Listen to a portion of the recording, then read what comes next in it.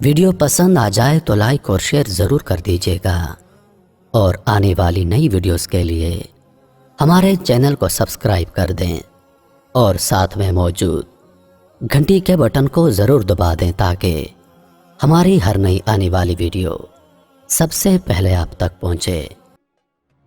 قرآن مجید میں اللہ تعالیٰ نے جن قوموں کا تذکرہ کیا ہے ان کے آثار آج بھی دنیا میں موجود ہیں۔ ان قوموں کو اللہ تعالیٰ نے ان کی نافرمانیوں، خدا سے انکار، رسولوں، نبیوں اور ان کے ماننے والوں پر ظلم و ستم کی انتہا کر دینے پر سخت سزائیں دیں، اور قرآن میں ہم مسلمانوں کی عبرت اور رہنمائی کے لیے ان کا تذکرہ کیا ہے۔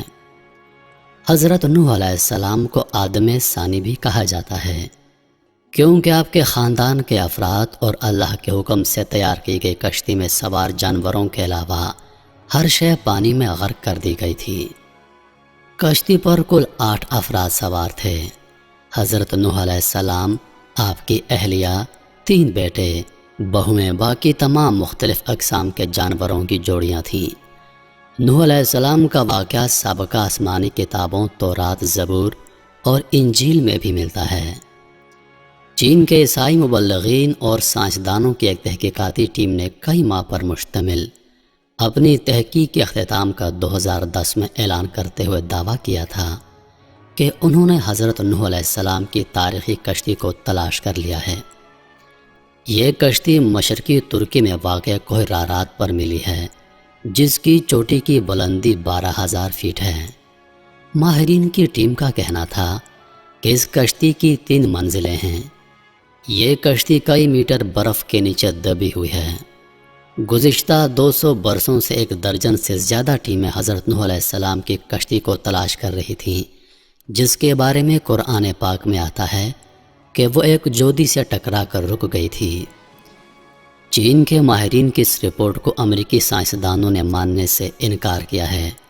ان کا کہنا ہے کہ کشتی کے لکڑی کے نمونے جو فارنسک جانچ کے لیے بھیجے گئے تھے اتنے پرانے نہیں ہیں کہ اس کے بارے میں وثوق سے کہا جا سکے کہ یہ نوح علیہ السلام کے دور کی کشتی ہے، جبکہ چینی ماہرین کی ٹیم کا دعویٰ ہے کہ وہ 99% یقین سے کہہ سکتے ہیں کہ یہ وہی کشتی ہے جو نوح علیہ السلام نے 48 سال قبل اللہ کے حکم سے بنائی تھی۔ ماہرین کا کہنا ہے کہ اس کشتی کی 3 منزلیں ہیں اور اس میں کئی بڑے بڑے کمرے ہیں۔ ان کمروں میں لکڑی کے ستون ہیں۔ عرب اخبارات نے بھی اس ضمن میں سوالات اٹھائے کہ کیا یہ واقعی حضرت نوح علیہ السلام کی کشتی ہے۔ عرب اخبارات نے لکھا کہ چینی اور ترک عیسائی ماہرین نے اپنی تحقیق کے لیے قرآن کریم کی ان آیات کا بھی مطالعہ کیا تھا، جس میں کشتی کے سفر کو بیان کیا گیا ہے۔ ماہرین کا کہنا ہے کہ کشتی کے ٹھہرنے کے جس مقام کی نشاندہی کی گئی ہے وہ سائنسدانوں کو کوہ رارات کی طرف لے جاتی ہے۔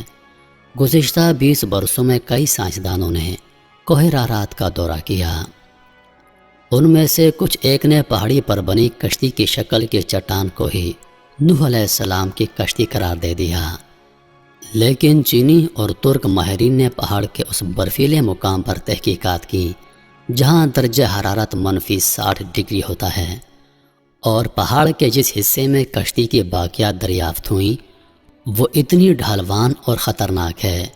رپورٹ کے مطابق اس ٹیم نے 60 مختلف مقامات سے نوح علیہ السلام کی کشتی کا مشاہدہ کیا۔ یہ کشتی کئی جگہوں سے ٹوٹی ہوئی ہے، تاہم مکمل تباہ اس لیے نہیں ہوئی کہ یہ برف کی دبی سطح میں دبی ہوئی ہے۔ کشتی ٹوٹی ہونے کی وجہ سے ماہرین اس کے اندر داخل ہو پائے۔ چینی ماہر وینگ چنگ نے باضابطہ ایک پریس کانفرنس منعقد کر کے اپنی تحقیق سے آگاہ کیا تھا۔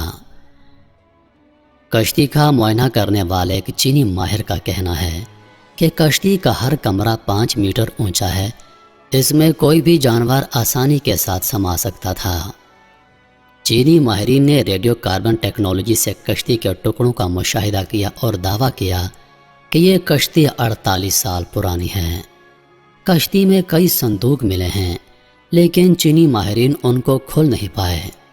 ماہرین ایک مرتبہ پھر جدید آلات ایکس رے مشینوں کے ذریعے کوہ رارات کا تفصیلی دورہ کرنے والے ہیں، تاکہ تمام رازوں سے پردہ ہٹانے کے علاوہ امریکی سائنسدانوں کے سوالات کا جواب دے سکیں۔ حضرت نوح علیہ السلام کی کشتی کی دریافت کا دعویٰ نیا نہیں۔ دوسری جنگ عظیم میں لیونارڈ نامی برطانوی فوجی لڑائی میں حصہ لینے کے لیے عراق گیا تھا۔ لیونارڈ کو تاریخ اور آثار قدیمہ میں کافی دلچسپی تھی، اس لیے اس نے عراق کے بازاروں سے مختلف آثار قدیمہ کی اشیاء خریدنا اور جمع کرنا شروع کی۔ جب وہ چل بسا تو اس کے بیٹے سائمنز کے حصے میں یہ تمام اشیاء آئیں۔ اس نے یہ اشیاء برطانیہ کے میوزیم کے حوالے کر دیں۔ برٹش میوزیم سے وابستہ ماہر آثار قدیمہ ایرونگ فنکل نے ان اشیاء کا معائنہ کیا۔ اس میں ایک تختی تھی جس پر قدیم زبان میں کچھ لکھا تھا۔ سخت مٹی سے بنی اس تختی پر لکھی عبارت کا جب انہوں نے ترجمہ کیا تو وہ حیران رہ گئے۔ تختی پر درج تھا، جب انسانوں کے گناہ بڑھ گئے تو خدا ان سے ناراض ہو گیا اور پھر اس نے گناہگاروں کو پانی میں ڈبونے کا فیصلہ کیا۔ تب فرشتوں نے وادی دجلہ اور فرات میں آباد ایک انسان نوح علیہ السلام تک خدا کا پیغام پہنچایا کہ وہ ایک کشتی تیار کریں اور اس میں نیک لوگوں کے علاوہ تمام جانداروں کا ایک ایک جوڑا سوار کر لیں۔ اس تختی میں کشتی کو اتنا بڑا بتایا گیا ہے کہ وہ فٹ بال کے ایک اسٹیڈیم کے برابر تھی۔ ماہرین نے اندازہ لگایا ہے کہ یہ تختی 4000 سال پرانی ہے۔ اس طرح طوفان نوح کا ایک اور بڑا ثبوت دنیا کے ہاتھ پہلے ہی لگ چکا ہے۔ عام طور پر مذہب خصوصاً اسلام کے منکرین ان واقعات کو افسانوی قصے قرار دیتے ہیں۔ یہ تمام ثبوت ان کی آنکھیں کھولنے کے لیے کافی ہیں۔ اس تختی پر یہ بھی لکھا ہے کہ نوح علیہ السلام کی کشتی آج کل کی کشتیوں کی طرح لمبی نہیں تھی، بلکہ بیضوی انڈے نما تھی۔ اس زمانے میں دجلہ اور فرات میں اسی طرز کی کشتیاں چلتی تھیں۔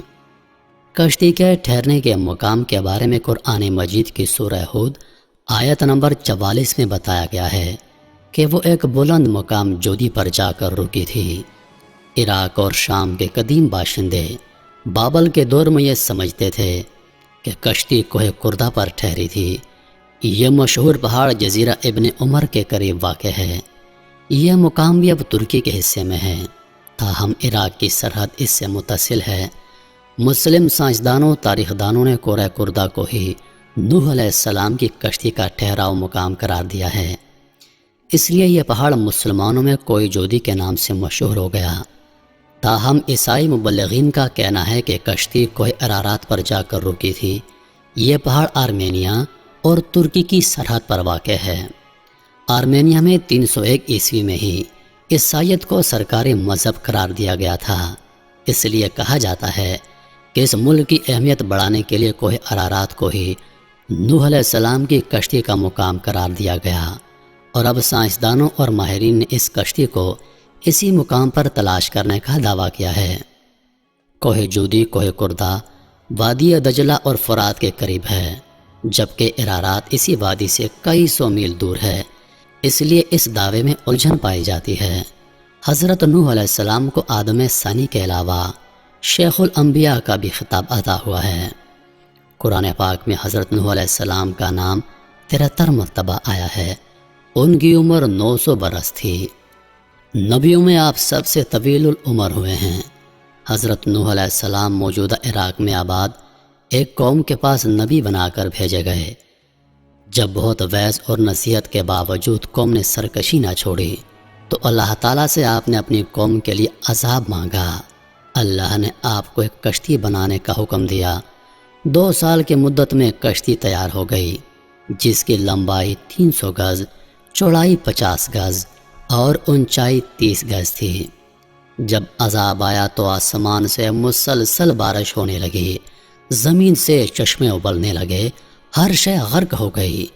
حضرت نوح علیہ السلام کی کشتی 6 ماہ 8 دن پانی پر تیرتی رہی اور 10 محرم الحرام کو کوہ جودی پر جا کر ٹھہر گئی۔ کئی دن تک پانی اترتا رہا۔ اس کے بعد جب خشکی پیدا ہو گئی تو نوح علیہ السلام نے خسران شہر بسایا اور ایک مسجد بنائی جس کا نام سمانین تھا۔ نوح علیہ السلام طوفان کے بعد صرف 60 برس زندہ رہے۔ ان کا مزار آج بھی لبنان میں موجود ہے۔